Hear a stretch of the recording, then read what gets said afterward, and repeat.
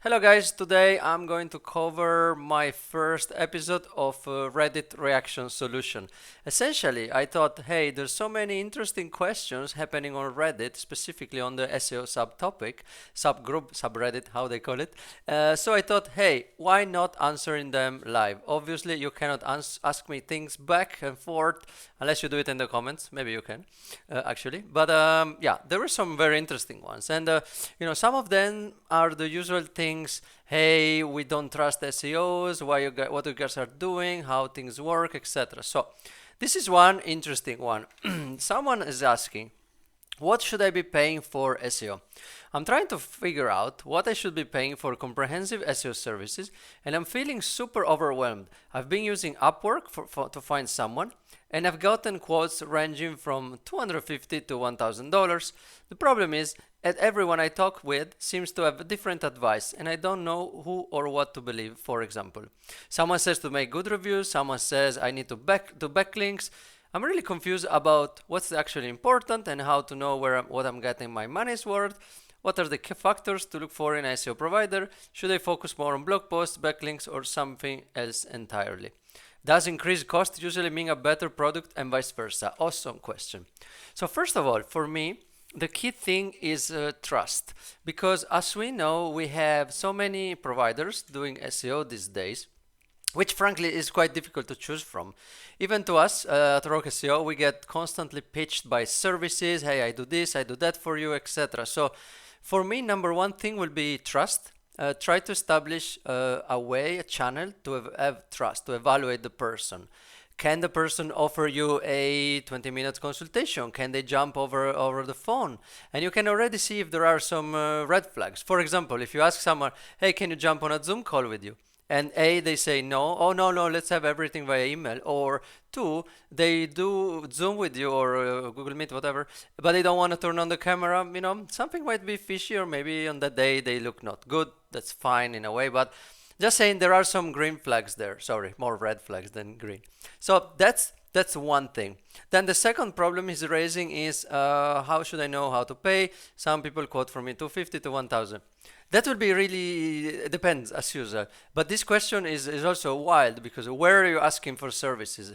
Did you go to Upwork, or just coming across people on LinkedIn, random stuff, or based on recommendations? Of course, you'll find all things under the sun in Upwork, because they're very cheap providers. They're very high expensive providers. So it really comes down to depends. My personal advice will be have someone, if possible, to recommend you someone. This is the best thing you can do. If you don't know anybody, try to search what the person does, check out their LinkedIn. For example, if you look my LinkedIn, it's active, I'm there, I talk about things in the SEO in the industry.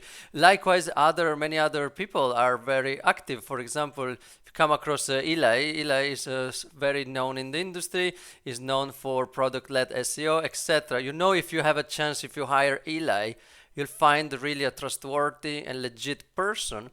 But otherwise, you come across providers on Upwork, they will promise you things, and you might be disappointed.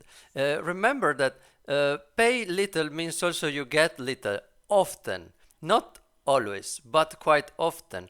And again, you can be reviewing their case studies, their PDF export and stuff, but ultimately you don't know if they just copied them from someone, they got them from a cheap quick export in SEMrush or one of the other tools. So ultimately you don't know. So how to answer the quotes thing? It really depends, and it's so difficult to decide. What I can tell you is that SEOs will charge anywhere between, let's say, $50 to $200 or euro per hour, depending on their level of expertise. Also, it will also depend, again, it depends, we love this word, right? SEO's word, love it. It will depend whether it's a one-off or it's a regular services. So if you employ someone for the long term, or maybe you have a regular commitment, mostly they will give you a better price, or most of the time they will give you a better price. Especially, for example, someone is coming to us, if it's a one-off, they want a 2 hours consultation, they will get the maximum consultation fee, hourly rate.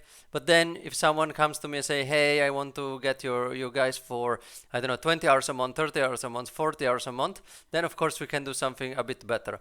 And how much you're gonna discount, that's up to you. So I think when you look for a provider, in terms of how much should I be paying for SEO, you can also expect these things, as in ask for a longer term engagement, see if they come up with a package offer or something they're willing, the SEO provider is willing to negotiate, or he will charge you. Some people charge also per deliverable. I find an easier way to sell services is per package rather than per hour, because it can get very expensive quickly, and also the perceived value can be a bit tricky to establish. But if you agree on a package, you can again provide a number of services there. What I find always most important is always to have also transparency and clarity. Agree with the person what they will be providing. Do you have a monthly call? Do you have a weekly call? What is the engagement there with the client? And at least at the first, especially for the first few weeks, you want to have a more often, you want to be having a more up-to-date touch point. We want to be more engaged for the first ones. Let's see, something else is asking.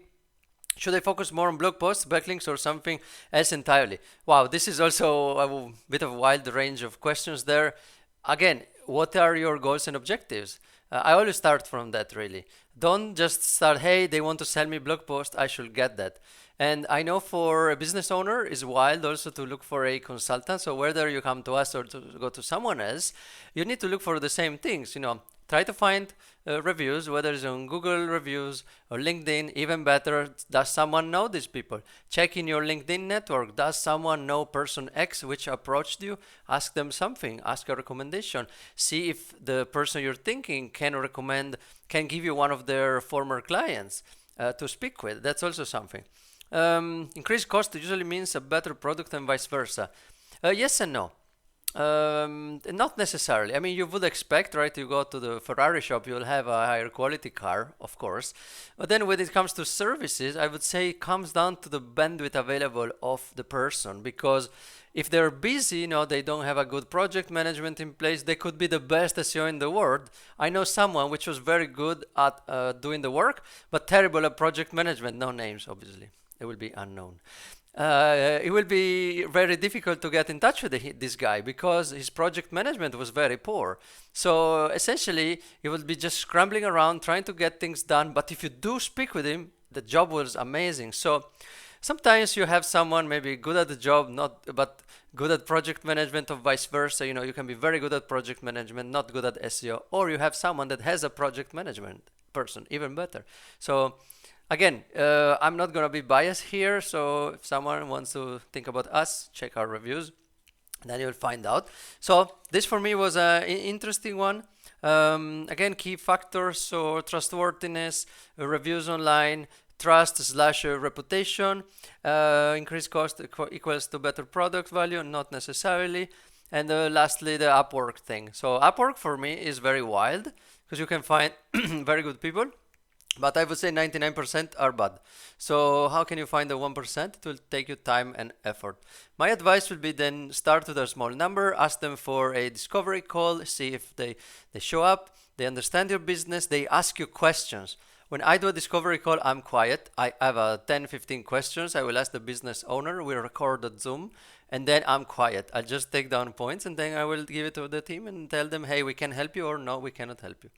Anyway, I hope you find this one helpful. I'll take the next question in a few days. Thank you guys for watching, and don't forget to subscribe and like. Bye.